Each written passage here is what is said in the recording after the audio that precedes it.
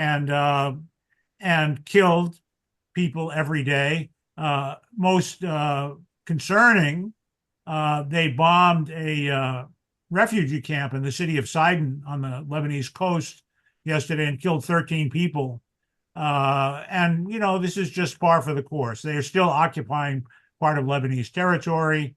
And by the way, when the government of Lebanon complains about Israeli violations of the ceasefire, there's pushback from Israel and Israel's sort of cheerleaders in the U.S. diplomatic corps saying, you shouldn't worry about Israel attacking you. You should only focus on disarming Hezbollah. Hezbollah, by the way, besides being a militia, is also the largest political party in Lebanon. Apparently what they desire is a civil war in Lebanon against Hezbollah. But in Gaza, again, Israel has attacked every day. More seriously, just in the last 24 hours, have killed 28 or 30 people. It continues to demolish homes and buildings in the more than half of Gaza that it controls, and continues to restrict the entry of aid, various items of aid into Gaza. And of course, this is becoming very dire now because its winter is coming on in Gaza. And although, the Mediterranean coast doesn't have winter like here in Boston, it still gets pretty cold and very rainy for people who are living in tents. And of course, there was a heavy rain a couple of days ago in which, many of the tent encampments were flooded. And, the situation of the surviving people in Gaza is just incredibly dire. And that's the aim, is to make their lives, that's the Israeli aim, is to make their lives so miserable that they will opt to, quote unquote, voluntarily emigrate. This is the fundamental Israeli strategy. Meanwhile, outside of Gaza, Israel is still holding thousands of prisoners, hundreds of them at least from Gaza, and a report a couple of days ago from the organization Physicians for Human Rights in Israel, which is a joint Jewish and Arab led organization, reported that 98 prisoners have died in the hands of their Israeli captors, and many, many, many have been documented to be the recipients of abuse, physical and sexual, neglect, and torture in Israeli prisons. So this, again, doesn't get much publicity, which reminds me, because of the fake ceasefire, the news from Palestine and Gaza is very much tamped down lately, and it becomes challenging to maintain our activism and commitment of especially larger numbers of people because, the news is fading into the background, even though the situation has not improved a whole lot. So we are challenged here. And of course, participation in these meetings has, also slid quite a bit. We are challenged to figure out how to keep up the momentum of our movement and recognize that this is a long-term fight and that we have to learn from the Palestinians what they call sumud, or steadfastness. We have to see this as a long struggle that is not going to end soon. But if we ignore it, it will never end. Just a reminder, we have to figure out how to maintain our movement in a period when a lot of people think Gaza is no longer front page news. And of course, it's not just Gaza. Israeli settler violence in the West Bank has been ramping up for a long time, to such an extent that the Israeli government is even now expressing uneasiness about it, not because they care at all about the Palestinians who live in the West Bank, but because the publicity of settler violence is creating political and publicity problems for them. And a reminder, if, more than 70,000 Palestinians have been killed in Gaza, we don't know how many more remain to be found. since in the last 2 years, over 1,000 Palestinians have been killed in the West Bank by the Israeli armed forces and the settlers that they protect. A couple of days ago, somewhat surprisingly, at least to me, the United Nations Security Council adopted the Trump so-called peace plan for Gaza by a vote of 13 in favor, with China and Russia abstaining. And this is a really shameful event. The Trump peace plan basically is a sort of relabeling of a colonial rule in Gaza. It reminds us of the British mandate for Palestine that was established by the League of Nations just over 100 years ago, which promised to be temporary and eventually allow for self-determination for Palestine. And of course, that never happened. By the way, when the British mandate for Palestine was first recognized by the League of Nations, the Jewish population of Palestine was about 5%.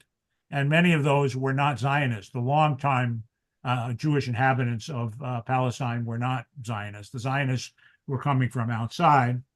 And of course, self-determination never happened. And instead, a Jewish state was allowed by the UN, and the so-called Arab state never came into existence through collusion between the Zionist movement and the monarchy, the British-installed monarchy of Jordan. Of course, there is in this plan, which would basically put Trump in charge of Gaza, with his deputy, Tony Blair, as the new sort of colonial minister of Gaza. And this is what the British did in 1922. They appointed a governor general of Palestine, Herbert Samuel, who was a Jewish Zionist and was committed to forestalling independence for Palestine until there could be a Jewish state in it. So we also need to bear in mind, of course, the Israeli political establishment is nearly unanimous in opposing any idea of a Palestinian state, which is referred to in very vague and general terms in this Trump peace plan. And as a reminder, the narrative that this is the view of Netanyahu and a bunch of crazies around him is false. There was an opinion poll a few days ago that indicated that 79% of Jewish Israelis are opposed to any Palestinian state coming into existence, even only a few percentages less, even if it meant Saudi Arabia could normalize relations with Israel. So, you know, it's not a bunch of crazies around Netanyahu, it's Israeli society nearly as a whole. And also a reminder, some publicity, Ben-Gvir, one of the sort of overtly fascist members of Netanyahu's government, recently made the statement that there's no such thing as a Palestinian people and they'll never have a state. And this was reported as though this is something new and radical. Of course, this was stated by Golda Meir 50 years ago.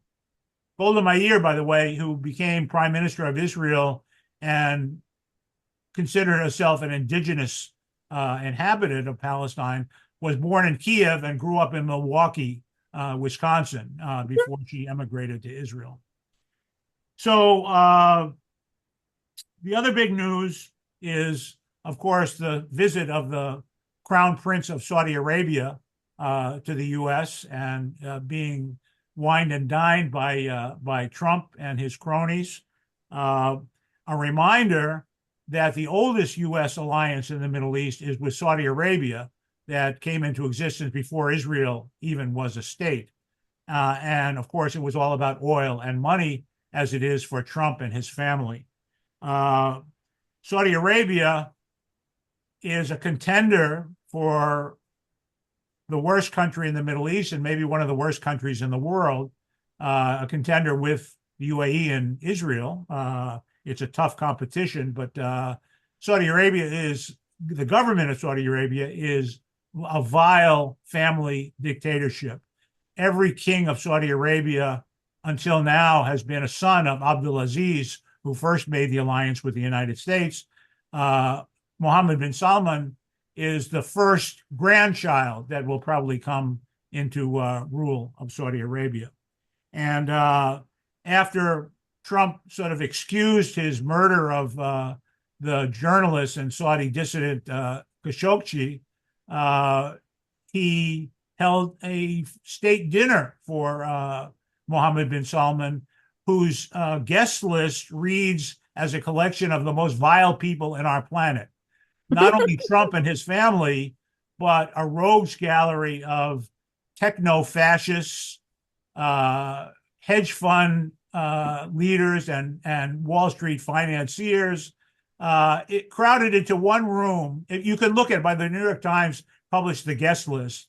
In one room, kind of like the picture of Dorian Gray, kind of illustrates the worst people on our planet. And of course, last week, Trump welcomed to the White House Ahmed Asharia, who formerly was Mohammed al-Jolani as the head of al-Qaeda in Syria, which is a reminder that it's not something new. The U.S., if it had to choose between a secular nationalist government and an Islamic fanatic government, it always chose the latter, going back to its early days with Saudi Arabia, Afghanistan, Syria, and so on. And if it has to choose between democratic nationalism and dictatorship, it always chooses dictatorship, as in Egypt and Jordan and many other places. So all of this is, against the background that the pro-Israel forces are waging a broad and very well-financed campaign to stifle expression of any sympathy with Palestine or criticism of Israel. We've all seen this playing out on college campuses and so on. It's now pro-Israel billionaires are buying up the media and the media that they don't already control. And of X, formerly Twitter, something very significant, it announced that it would stop allowing the translation of Hebrew posts by Israelis because it's become an embarrassment. So many Israeli politicians and soldiers have been posting real-time genocidal videos and statements that has become embarrassing. So the response of X is it will not allow translation anymore from Hebrew to English. The only language that won't be translated on X is Hebrew. We got about 2 minutes, Jeff. Okay. So let me just say, finish off by mentioning that last week I participated in a public event at Suffolk University called "From the River to the Plains: Colonial Land Theft and the Struggle for Sovereignty in the U.S. and Palestine." And it was a reminder that although we want and fervently advocate the decolonization of Palestine, we also need to decolonize the world. And nothing could be more significant of that than the way the UN functions. A few countries in the Security Council have the yes or no power of anything that happens. And by the way, the 13 countries that voted for this Trump plan, 6 of them are members of NATO, and another 4 are close allies of the United States. But the next day, the UN General Assembly voted on a resolution supporting the right of Palestinians to self-determination. And the vote was 164-7, with a number of countries abstaining. And the 7 who voted against it were the United States and Israel, together with Paraguay, Papua New Guinea, Micronesia, and Nauru, another tiny Pacific island state, and Argentina, which is led by a lunatic fanatic Zionist as well. And of the rest, the vast majority that voted for this, almost all of them are former colonies. of the European states that still dominate the world, the European and North American states. But that vote has no power because they can't enforce any sanctions against Israel, and the power still remains in the permanent members of the Security Council, most of which are current or former colonial states. So I don't use the phrase globalize the intifada because it sometimes can be used, misinterpreted and so on. But we have to decolonize not just Palestine, but the world. And of course, that includes the United Nations, which is still largely a colonial-led enterprise. And just one last thing, in terms of the U.S. complicity with genocide in Gaza, Israeli press recently celebrated the 1,000th cargo plane of weaponry that arrived in Israel, along with 150 cargo ships full of aid. The total aid from the U.S. primarily since the Gaza genocide began has been 120,000 tons of armaments.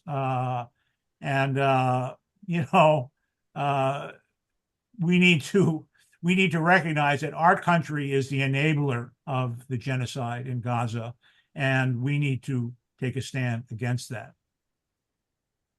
Absolutely. Thank you, So, Jeff. sorry. No, go ahead. Hello. Are you done? I am done. All right. Sorry, I thought you. you wanted to say something else, so I didn't want to cut you off. Nope. Do we have questions? Yes, I'd like to ask a question.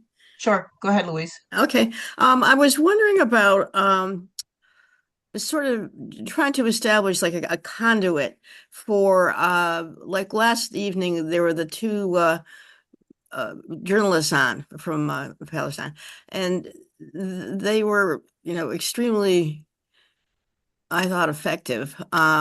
So I was going to talk to Abby about trying to figure out how to connect with them and then try to work it so that we could try, at least through the independent press or whoever else we can come up with here, to I was thinking about the instances of when the Israeli soldiers sometimes try to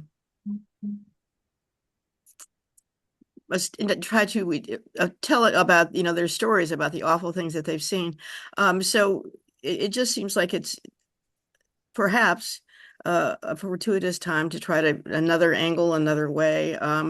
That I think that there are outlets that would be interested. So I was going to talk to Abby about that some more. And I'd also like to talk to you, Jeff, and see what to do. Correct that. The Israeli soldiers are not posting about the horrible things they have seen. It's mostly about the horrible things they have done. And that's what I meant. Yeah. Okay. Well, I think that sort of immediacy and that sort of emotion would be great to get across to people. So we'll see. Thanks, Louise. I think Mike and then Abby, and then I have a question as well. So Mike and Abby. Go ahead, Mike. Okay, well, Abby's ahead. Jill was ahead of me, but okay. Oh, no, it's all right. Okay.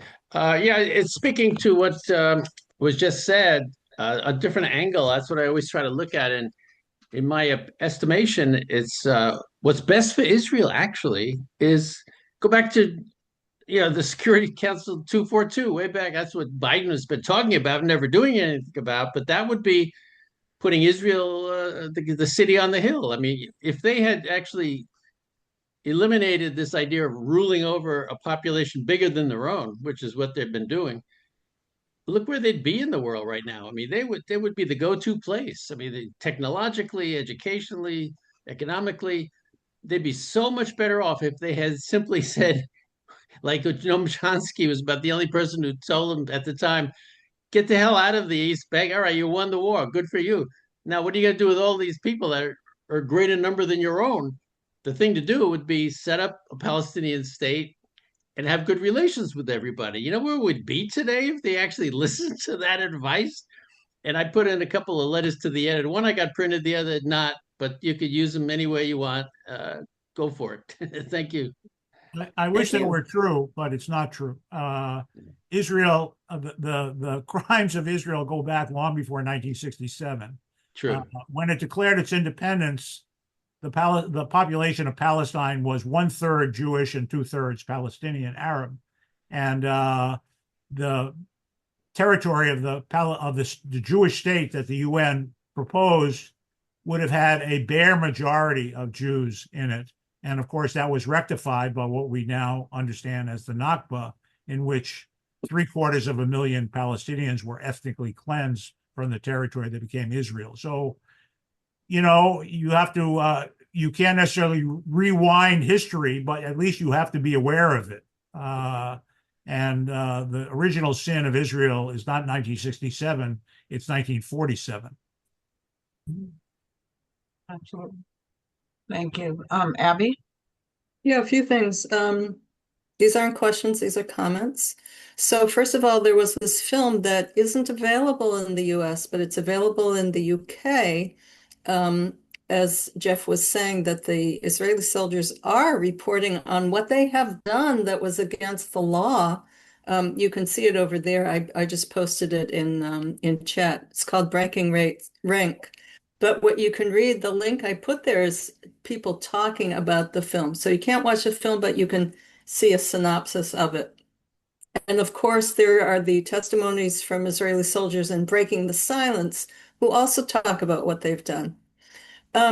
There's something, so the colonizing, Jeff, of colonizing of the US, what we're seeing in the sending of the National Guard to Chicago and North Carolina and LA and whatever, do you know what it looks like? It looks like the Israeli army in Israel, or the Israeli police in Israel.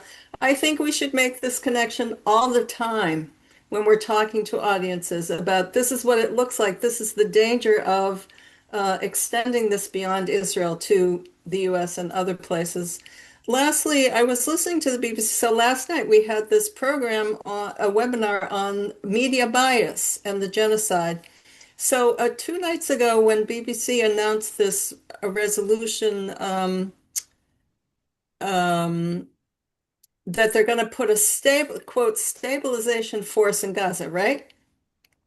And then it turned out, and I was thinking, well, it's the good part of that is that they're going to separate the Israelis from the Palestinians, and maybe it's going to stop the Israelis from killing people. But it turned out that, so what the media presented it as, well, their purpose is going to be to root out Hamas, not to protect the Palestinian people, but to root out Hamas. And they weren't really there to help. That was their image of stabilization. And I thought, once again, it was the BBC had invited somebody to speak about it. So I just think that our attention to how the media spins things is so very important in our work. True.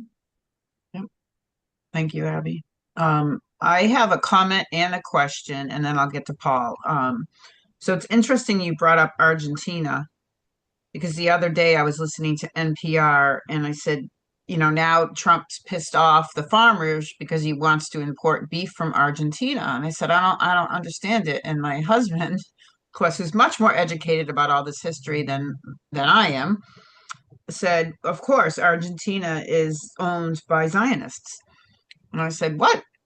And he said, yeah, Argentina is full of Zionists. And I mean, so that was news to me. So it's funny that you mentioned that.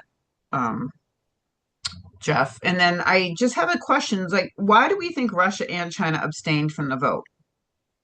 There's been a lot of commentary on that, obviously, and the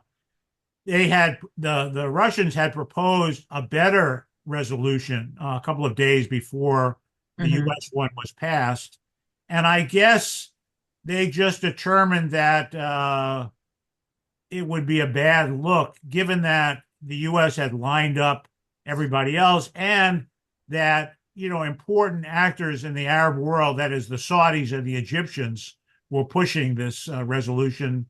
They decided, for whatever reason, that they weren't going to sort of stick their necks out, which is an interesting thing. The veto in the Security Council is only used to protect Israel, never to protect Palestinians, which it would have. We know that. Yes. Yeah. All right, thanks. Paul, I got Paul and Cole and then Bob. And then we're gonna have to wrap it up and move on because we still got quite a few things to cover. Go ahead, Paul. Comments, the speech given by the Russian representative to the Speak UN. up, Paul. We Can't can't hear hear you you. very well.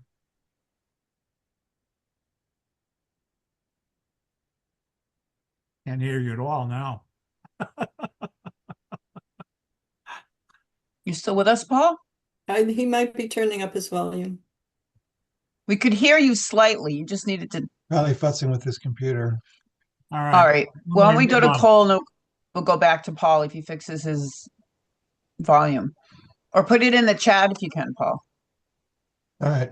Well, I was going to raise the same question about the UNSC, Russia, China. I did post some material in the chat about that, but I do think this looks like a turning point. China registered, detailed objections to the resolution, but still thought it was best not to block it. Russia as Jeff noted, had filed a different resolution, but ended up voting for or abstaining. The PA welcomes the resolution. Right. Turkey, Indonesia. So, this U.S. and Israel have won around. Let's look reality in the face. They have the military and economic and political power to do this, and so this is going to happen. They're going to divide Gaza. They're going to do their stupid reconstruction game if they can. There's still a lot to be done. There's still, nobody's really committing troops to the reconstruction force, but they're going to try to move ahead now. So we're on the back foot, and we've got the people, but we haven't got the power. So I think we're in a new stage. Yeah, just on that. I mean, I think we all know that basically Israel has lost the majority of the Democratic voters in this country, and there's somewhat of a panic now that they may be on the verge of losing a good part of the Republican base as well, and they are campaigning now on that issue, especially because they've written off the Democrats. They're now struggling to maintain their foothold and control of the Republican Party, which is an interesting development. All right, thank you. Paul, did you get volume? Yeah, can you hear me now? Yeah. Yes, Yeah, I'm yes. So sorry. we'll do Paul and Sorry then for the Bob, and then trouble. we'll have to move on. Good. Well, I think along the lines of what Cole said, Russia, in saying why they voted the way they did, which is to abstain, said that this plan is going to be a disaster, and it's going to come to a point where we told you so. And so why that did not lead them to veto is really very, very serious. And my sense is the fact that they were put under pressure by the Palestinian Authority and by the Arab governments to get on board on this, and that's why they did not veto it. And so we're in very big trouble because basically the agreement cancels out all previous UN resolutions about Palestinian rights, if you read what the agreement actually says. So we are going to have to really figure out how to relate to this. And my question is, what is the attitude of Hamas toward the agreement? Do they still support Opposed to it, of course, and not just Hamas. They won't support it, and they Not won't just disarm. Hamas, but the secular leftist Popular Front for the Liberation of Palestine also is strongly opposed to it. So, That's and good. the Islamic Jihad. So it's not just Hamas. There's a coalition of resistance organizations in all of Palestine and in Gaza, and they're all against it. It's just the fake and collaborationist Palestinian Authority in Ramallah that has given it a kind of cover. The Palestinian public in Gaza and the West Bank are almost certainly, strongly opposed to this. Yeah, we have to figure out a way to give voice to that. I can give voice to it. Talked to my mother-in-law this morning, but that's for another day. Bob, do you want to go ahead?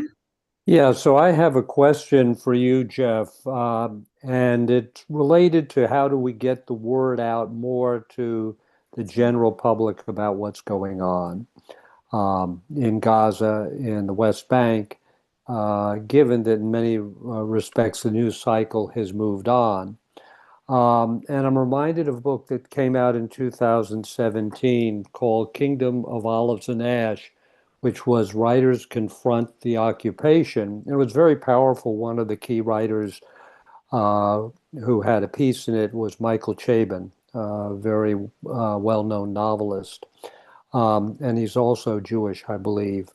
And this was also promoted by the NGO Breaking the Silence, former IDF soldiers who have talked about their experiences and their guilt, their trauma, etc., and have been very critical of Israel. I was wondering if you know if Breaking the Silence is still active in Israel. Yes. I mean, our path forward is complicated, right? We don't have access basically to the mainstream kind of media. But luckily, there's a lot of other sources of media that people can consume. It's a challenge. And one of the things we have to get organized around is politics in the sort of electoral and legislative sense, and pressuring our so-called elected public officials. And, we have a subcommittee, a sort of political action subcommittee, which is struggling to figure out a way forward. But we have to build power and presence in every corner of the state and in every congressional district. And that can mean pressuring the incumbents, although, to a large extent, that's a lost cause, or supporting challengers to them, which is possible in a number of districts. So, we don't have the answer yet, except that we have to recommit ourselves to this long-term struggle and not expect dramatic results in the short run. Thank you. When does the subcommittee meet, Jeff? We met this morning. Okay. Just Wednesdays, and I guess we're meeting next Wednesday. So we're trying to limit it to a small number of people. Cole can speak to that better than I can, who either are, have a lot of experience in the legislative and election arena, or who are, proposed to become leaders in their area, in their congressional district. And we have a long way to go on that.